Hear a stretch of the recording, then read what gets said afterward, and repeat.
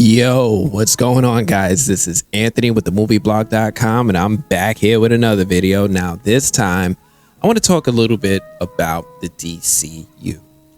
Now, currently, we're all waiting for James Gunn and Peter Safran's plans for the DC universe. Now, as co-CEOs of the new studios, it's up to them to herald in this new age of DC's comic characters in live action for Warner Brothers Discovery.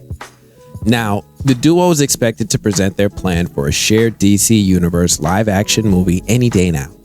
Any second. Now, during all of this, some fan-favorite actors have already confirmed that they're not going to be part of Gunn's plans for this new DCU.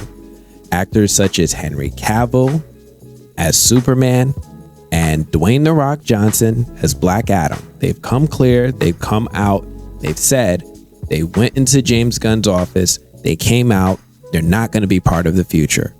However, there's a very easy way for James Gunn to create a DC Studios multiverse story. Both Gunn and Safran and the fans can all have their cake and eat it too. Here's how. The first thing is you have to understand the multiverse and its impact on everything. So, for a long time, for like decades really, movie studios, they've really shied away from the idea of a multiverse.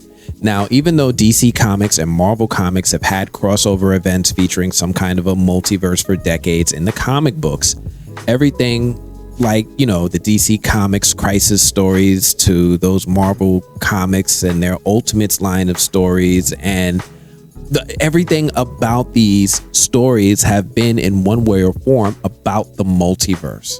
So the question is, why wouldn't that work in live action, right? Like, why wouldn't the X-Men be able to just be one universe where the Fox X-Men lived and Marvel's Avengers be one universe where they live?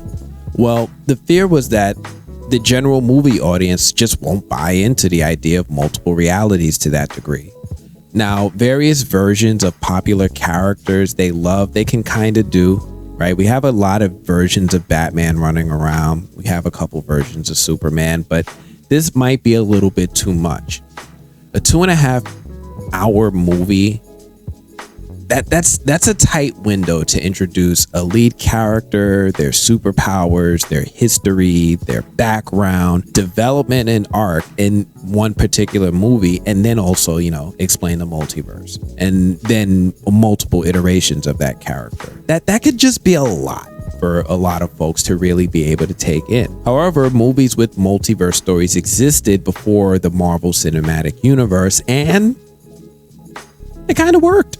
Here's some examples of multiple universes existing in other movies. First and foremost, this one is one of my favorites, right?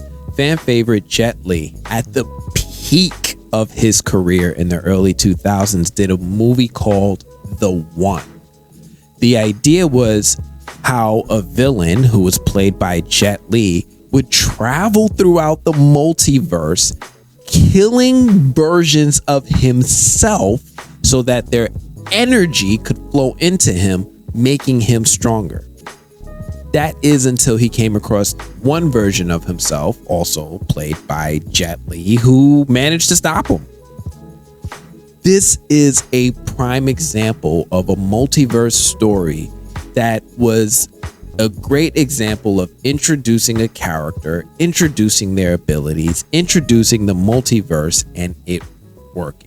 More recently, one of the greatest Spider-Man movies of all time saw a story deeply rooted in the concept of a multiverse. Spider-Man Into the Spider-Verse was all about the various Spider-Men from various Spider-Verses or multiverses coming together to fight a common threat. The film won an Oscar and will be seeing 2 sequels in the coming years. Let's fast forward a little bit. Everything, Everywhere, All at Once is one of the hottest and most surprising hits of the year. The story is about an Asian woman with a dull life finding the courage to fight using skills she borrows from all the other versions of herself from all other realities. So clearly, audiences aren't too confused by multiverse stories. And here's how DC Studios' Multiverse can take advantage of that. The DC Studios Multiverse just needs a quick tweaking. Now, currently, there are 4 movies releasing that are still part of the old DCEU and not part of the newly created DC Studios run by Peter Safran and James Gunn. That's the DCU. The debate over whether audiences should even watch these movies if they're not connected to the what's coming is silly. I mean, of course they should, because they might be good movies even if they don't connect, but it's out there. The movie I'm most interested in that might help create a DC Studios multiverse is The Flash. Given that the story of The Flash sounds like it's going to be a variation of the Flashpoint or the Flashpoint Paradox story, it's the perfect movie to launch a multiverse story in the DC, and it would be very easy for them to do. How DC Studios could take advantage of a multiverse craze. Now, let's say if reshoots are out of the question, given that the movie is already wrapped, there's another way. I'm assuming that at some point Barry Allen as the Flash will open a portal to the Speed Force. This is this dimensional energy place where the Flash draws his speed. It's someplace outside the universe. It's all energy. It's a different place than just the normal Earth reality that we inhabit. And he did this at the end of Zack Snyder's Justice League. During his entrance into the Speed Force portal, the movie could easily position it so that this is an entry point to other realities and other universes. Similar to how they depicted the same thing in the CW's Flash series, right? They used this as a way to be able to travel across the multiverse, which is how they could give us the DC Studios multiverse, or just tie it into what they've already done with Ezra Miller's Flash making a cameo with Grant Gustin's Flash on the CW show. When the Speed Force portal opens, it could showcase almost like a sizzle reel of footage from all the existing DC movies based on DC's comics characters. You can have the Snyderverse films, you can have Henry Cavill as Superman, Harley Quinn, Birds of Prey.